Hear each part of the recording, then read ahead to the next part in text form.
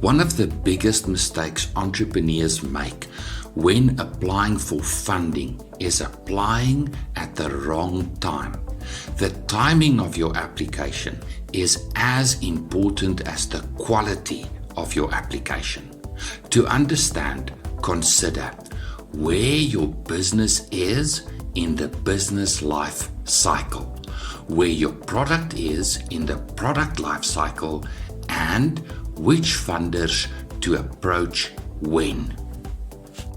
Every business's development differs somewhat, but in general terms, the development of a business may look like this. At the concept stage, you have an idea for a product or service, and your first job is to prove the viability of your idea. The startup stage is when you launch your business. Now you must get customers to buy, convert sales into sales revenue, and manage cash flow. An established business has developed a formula for success consisting of people, processes, and policies. The business is in the process of becoming a finely tuned machine.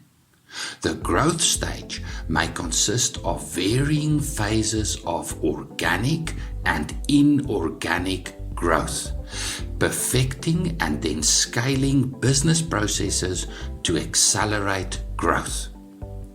In the maturity stage, the business's owners develop the business into an asset of value by ensuring operational and financial independence, with a view to realize their investment in the business by way of selling their interest in the business. The business's life cycle may or may not be in sync with the product life cycle. The product life cycle consists of 4 stages.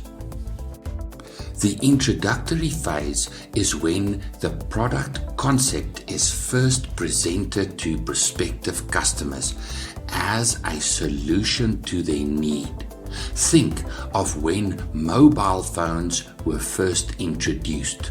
Nobody had a mobile phone. Manufacturers' first challenge was to persuade prospective customers to buy this new thing. The growth phase is preceded by a general acceptance of this new product concept. Early adopters of cell phones became quasi-techno geeks. The in-crowd talked about their latest phone around the barbecue over the weekend.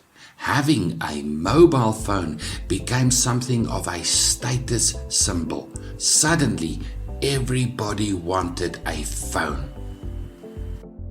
By the time the product reaches the maturity phase, everybody has it. To remain competitive, manufacturers must differentiate their products. It's no longer about having a mobile phone, but about which mobile phone to have. The product becomes commoditized by the time it reaches the end of life stage. It's near impossible for manufacturers to differentiate their offering from competitors. At this stage, it becomes about price, convenience, and accessibility. Now, please listen carefully. The type of funding that you might secure has a lot to do with the funder's perception of where in the business life cycle your business finds itself and where in the product life cycle your products are. You must distinguish between 2 types of funders, namely financiers and investors. Financiers and investors are 2 very different animals. Financiers lend money to businesses, hoping to get their original capital back, plus earn income in the form of interest payments on the debt over a predetermined loan term. Financiers are risk averse with a rear view mirror bias. They are most concerned with capital security, and when assessing a loan application, consider both the propensity and capability of the lender to repay the debt. Their motto is past performance predict future performance. Investors invest capital in a business, hoping to one day realize a capital gain by disposing of their interest in the business. Investors are prepared to take on risk, but expect an inflation-beating return from their investment. Investors invest in people, products, and processes. They are most interested in the prospects of a substantial investment return, but are also very concerned with how and when they might realize their investment. Investors want to understand the mechanics of the exit strategy from the outset of the investment. They always ask, how and when do I get my money back? Investors. Let's start by considering what types of investors you may find in the marketplace. Now, there is an infinite number of ways of thinking about investing, and within each of these categories, investors may differ somewhat. Founders. You, as founder of the business, are its first investor. Now, this can be a little tricky, since many businesses are started out of a need to earn income. Often, individuals start a business with only the vaguest idea of the business as an investment.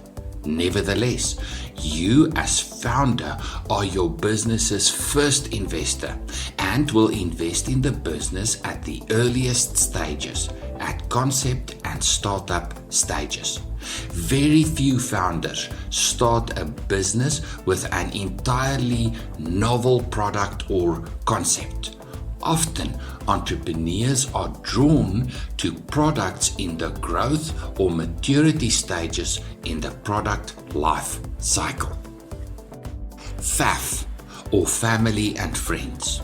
You may persuade family or friends with money to lose to support you in the early stages of the entrepreneurial journey.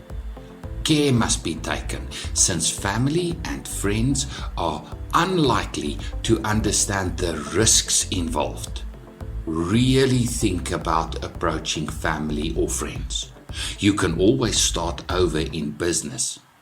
Broken relationships are harder to mend. You may ask family or friends to invest at any stage in the product life cycle, but it's more likely that this will happen when products are in the growth or maturity stages in the product life cycle. Angel investors. Angel investors are most often individuals looking for an ownership interest in a business. These people can range from recently retrenched or retired investors looking for an income by way of investing in a business to highly skilled investors whose main concern is capital appreciation. Here I make a distinction between the pros and the amateurs. Be careful when you are dealing with an amateur. People from an employment background think very differently. They think in terms of income, office hours, and often have a dependency mindset. Getting a business partner in with little to no experience in the up and down world of entrepreneurship can be a disaster. I think investing in a franchised business is probably a better option for amateur investors. A professional investor can be of great value to you. Not only can you raise capital from angel investors, but may also benefit from the skills that a professional investor brings to the business. These professionals are often well connected with access to resources currently out of reach to you. A professional investor with a track record of success in the world of entrepreneurship can open doors for your business. Professional investors are likely to want to invest in the early stages of the business life cycle. Remember, investors think exit at inception. Investors aim for capital appreciation, with income as a secondary concern. And here your first problem may arise. Often, when I review the financial statements of small businesses, I find that the owners withdraw large salaries from the business in good times. This does not sit well with investors. Investors want to see the value of the business growing and will want to see retained earnings invested back into the business. Very few businesses start with a completely novel product or concept, and professional investors are unlikely to invest in unproven products or concepts. Professional investors are likely to invest as early as possible in the growth phase of the product life cycle.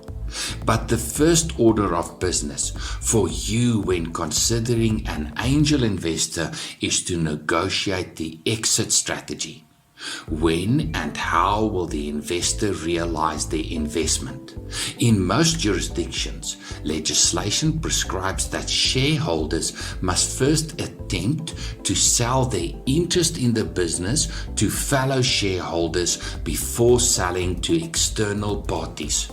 But at what price? And how will the value of the business be determined? What if they sell out to someone you don't like?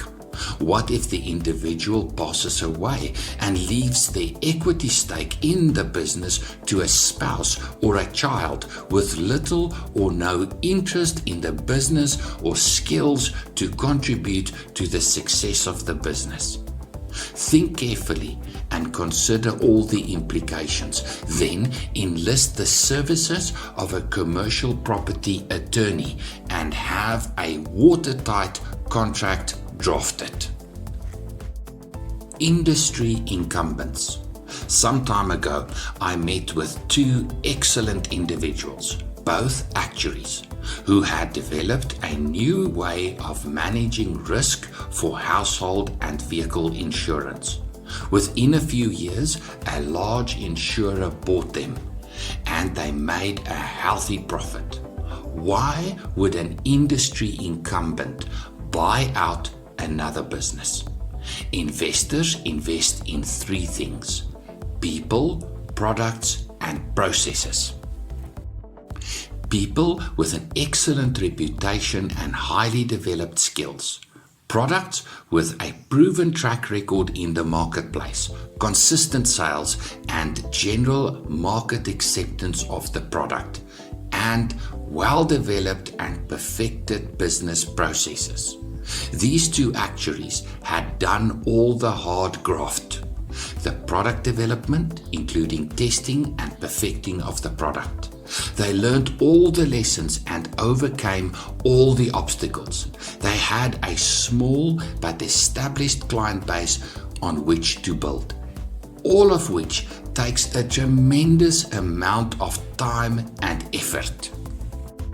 It was so much easier for the large incumbent to buy them out than to try and replicate their business from scratch. For this strategy to work, you must have all three elements in place: people, products, and processes. Incumbent investors are likely to seek out businesses with products in the growth stage of the business life cycle, but some may even consider businesses with products in the maturity stage if the type of business generates an annuity income from a large client base. Private equity. Private equity investors have their own investors who use a corporate structure as a way of investing in other entities in exchange for an equity stake in those businesses. Private equity investors are often made up of a team of highly skilled individuals. In my experience, these types of investors focus on a relatively narrow range of industries or sectors. You may find, for instance, that a private equity firm specializes in biotechnology or in the property sector. As the great investment guru Warren Buffett of Berkshire Hathaway once noted, it's best to invest in things you understand. Private equity investors have a clearly defined investment mandate and often enlist the services of a professional called a certified financial analyst who specializes in a particular sector of the economy. These highly trained individuals have in-depth knowledge of accounting principles and strong experience analyzing financial statements. Private equity investors seek high investment returns for their investors. They will not only seek an equity stake in a business, but will also want representation on the board of directors. They want to be informed of developments in the business and have a say as to the strategic direction the business takes. Private equity investors seek medium-sized investment opportunities. In the South African context, these investors will look at investing 20 to 50 million rand per transaction. Private equity investors are likely to seek investment in businesses in the early stages of development with products in the growth stage of the product life cycle. To secure private equity investment, business managers will have to demonstrate a high level of competency managing their business, backed up by strong financial results over a 5 to 7 year period, and supported with audited financial statements. The investor most often wants the current management to stay on indefinitely or for a specified period. The private equity investor will seek to negotiate their exit from the business at the outset. The mechanics of the exit strategy can take on many forms. The plan might be to take the business public by way of an initial public offering. This is a highly complex and costly process, but may yield significant investment returns. Another option may be for the business to buy back its own shares from the private equity investor by way of a loan. Whatever the exit strategy, it's highly recommended that business owners obtain independent advice before committing to the plan. Many a business owner regretted their decision to accept investment from private equity investors. A business owner used to be their own boss, and making all the decisions are suddenly subject to scrutiny. Their decisions are called into question, and they lose much control over the direction the business takes. Commercial equity investors. Large asset managers have segregated investment portfolios that they manage on behalf of institutional investors, including retirement funds and collective investment schemes.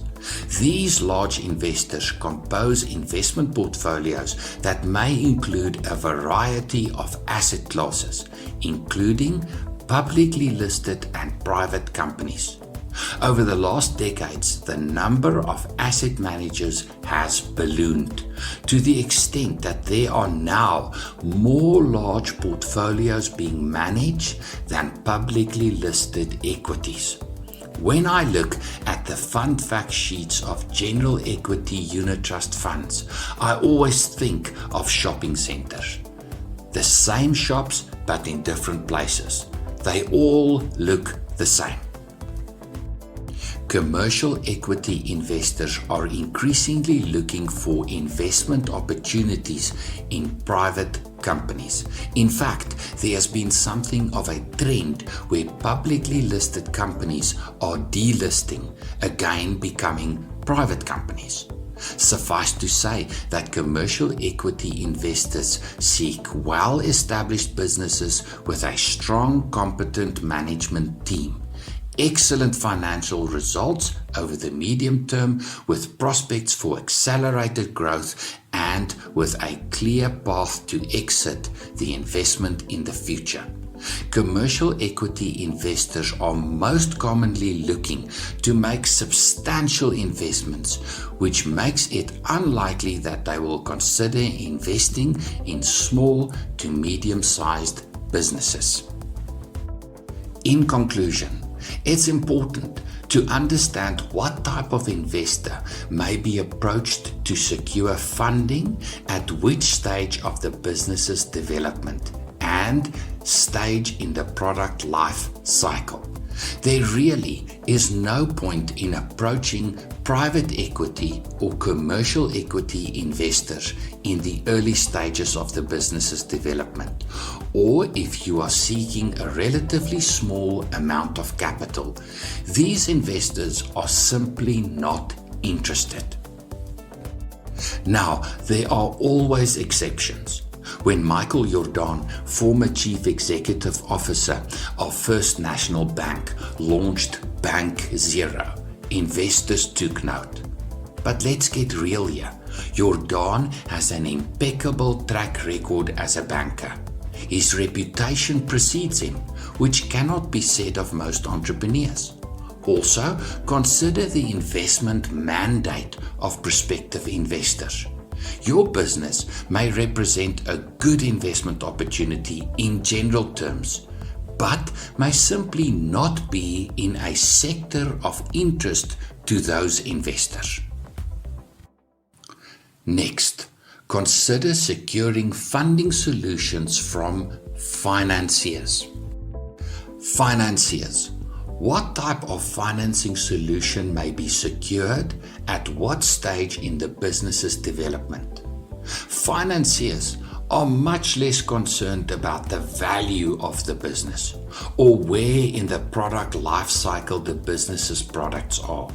What financiers are most interested in is assessing the ability of the business to service the debt and use the past financial performance of the business as reflected in its financial statements for this purpose. At the concept stage of the business's development, no financial track record exists, and the business is yet to become a trading entity. No financier will extend a loan at this stage. The business is not a legal entity and cannot contract with any other party. A startup business incorporated as a private company with its own bank account is a trading entity. But with no track record of successful trading, financiers are unlikely to extend any term loan at this stage. But financiers may be persuaded to provide purchase order finance under certain circumstances. A startup business with a track record reflecting 6 consecutive months of successful trading may secure small, short-term business loans. This type of loan is referred to as unsecured business loans in the industry. An established business with a minimum track record reflecting 2 consecutive years of successful trading may be able to secure various types of asset finance, including installment credit arrangements and asset leasing. An established business with a strong track record of managing a debtors book of credible customers may also be able to secure various types of trade finance solutions, including invoice discounting. A business in the growth stage with good prospects for accelerated growth may be able to secure mezzanine finance.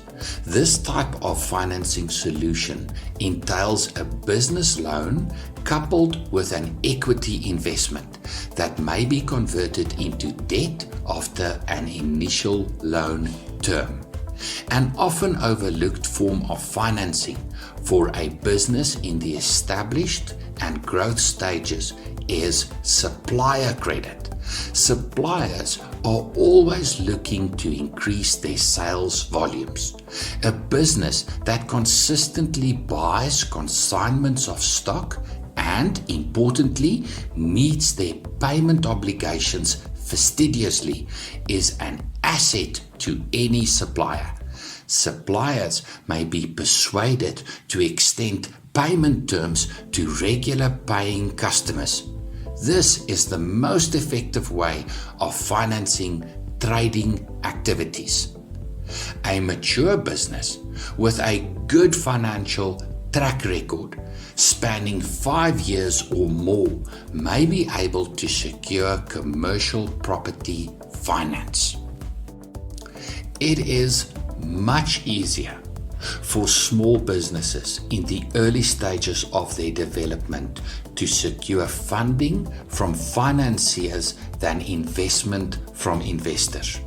The cost of financing solutions is also much lower and easier to manage since the finance arrangement runs over a predetermined loan term at a specified rate of finance. A financier's involvement in the business is also much less invasive than investors. Financiers are happy to leave you alone as long as you keep to the terms of the finance agreement. But financiers are more conservative and will limit the exposure to individual debtors. It is certainly possible for a business owner to grow their business into an asset of value by way of an organic growth strategy, where retained earnings are used in conjunction with various financing solutions to build the business into an asset of value for its owners. However, in certain cases, raising capital from external investors is the only way to accelerate growth and develop a business to its fullest potential. Thank you for watching this presentation brought to you by Constructum Online Learning. For advice on how to secure funding for your business, you may book a no-cost 20-minute online consultation. Email me at the following email address. You may also want to consider joining the Entrepreneurship Development Program, recently launched by Constructum Online Learning. Visit Constructum Online Learning on YouTube or click on the link in the description to this video.